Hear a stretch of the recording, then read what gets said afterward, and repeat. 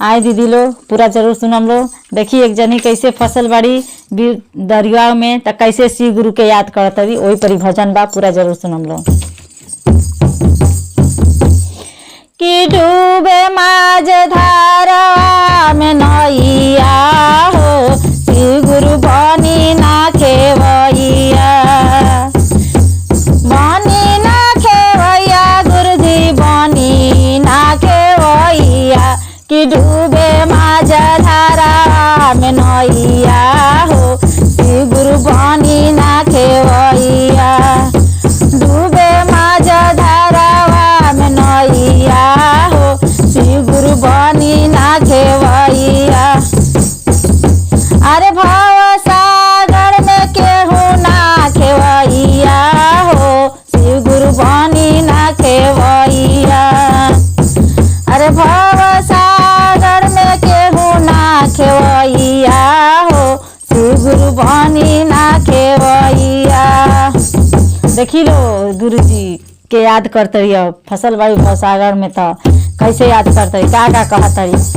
कौन कसूरावा के साजा हमरे दिहला, साजा हमरे दिहला हो, साजा हमरे दिहला।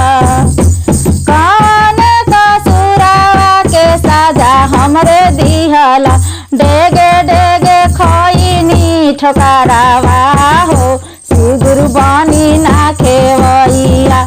अरे डेगे डेगे खैनी ठोकरावा हो, शिव गुरु बनी ना खेवैया, बनी ना खेवैया, गुरुजी बनी ना खेवैया।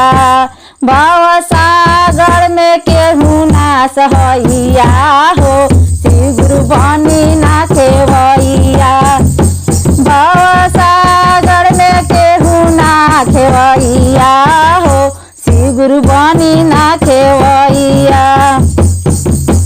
के करा से कहबो शिव गुरु दिलावा के बतिया। देखी लो दीदी अब ओजा गइल बाड़ी केहू नहीं खेलो कत, एजा तो बहुत उतराई रही, तो देखी कैसे कहता अब शिव गुरु से। के करा से कहबो शिव गुरु दिलावा के बतिया, दिलावा के बतिया हो, दिलावा के बतिया। के करा से कहबो शिव गुरु दिलावा के बतिया, चारू ओरिया लऊ के अनहरिया हो, शिव गुरु बनी जा खेवैया। अरे चारू ओरिया लऊ के अनहरिया हो, शिव गुरु बनी जा खेवैया। दया करी शिव गुरु हमारिया ओरिया। देखी लो तब तो लोग कहे शिष्या लो चली चर्चा में, तो कहीं ना हमारा सब भरल बा, हम चर्चा में ना जाए। दया करी शिव गुरु हमारिया ओरिया, हमारिया ओरिया हो, हमारिया ओरिया। दया करी शिव गुरु हमारिया ओरिया। अरे तीनों सूत्र करती पलानावा हो, शिव गुरु बनी जा खेवैया। माने कहत नहीं हमरी दया करी, 3 गो सूत्र के हम पालन करी, तब ना करी तब का करी हम। अरे 3 सूत्र करती पलानावा हो, शिव गुरु बनी जा खेवैया, बनी जा खेवैया, गुरुजी बनी जा खेवैया।